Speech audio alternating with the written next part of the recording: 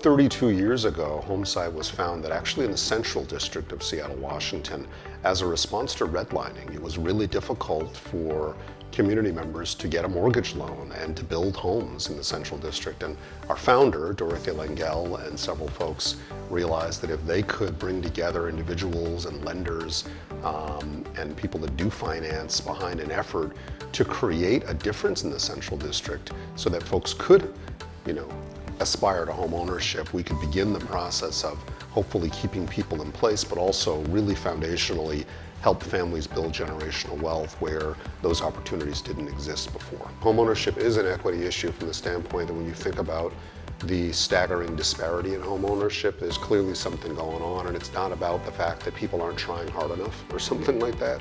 Clearly there's some systemic issues at play here that have been at play for a very, very long time, and I would think that slavery, Jim Crow, and then redlining, which is specific government action to prevent people from purchasing homes or purchasing homes in certain areas, right?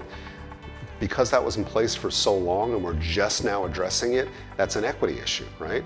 It is not fair, it is inequitable, in other words, that a certain family could not own several homes and finally today in 2023 be able to help their kid purchase a home or go to college without taking out a whole bunch of student loans because 2 or 3 generations ago they were denied the opportunity to own a home. I hope to live in a country someday where what Homesight does is not needed, but that doesn't exist today, right?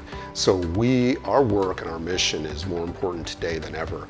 Right now, the disparity in home ownership for BIPOC individuals, Black, and people of color, Indigenous folk, is staggering. It's worse today for African Americans than it was pre the Fair Housing Act. So Fair Housing Act came in theory to help people, own homes and build generational wealth, where right now the gap between Black individuals here in Washington State, African American in particular, and their white counterparts is a staggering number. It's worse today than it was pre-1968. So clearly the work that Homesight does is still needed, right? So we still need to be creative, we still need to be an innovator, we still need to create mission-driven mortgage products for low and moderate income individuals because the regular financial system has not done a great job in closing that gap. So that's where we come in as a CDFI, Community Development Financial Institution, with a mission, right, specifically to serve low and moderate income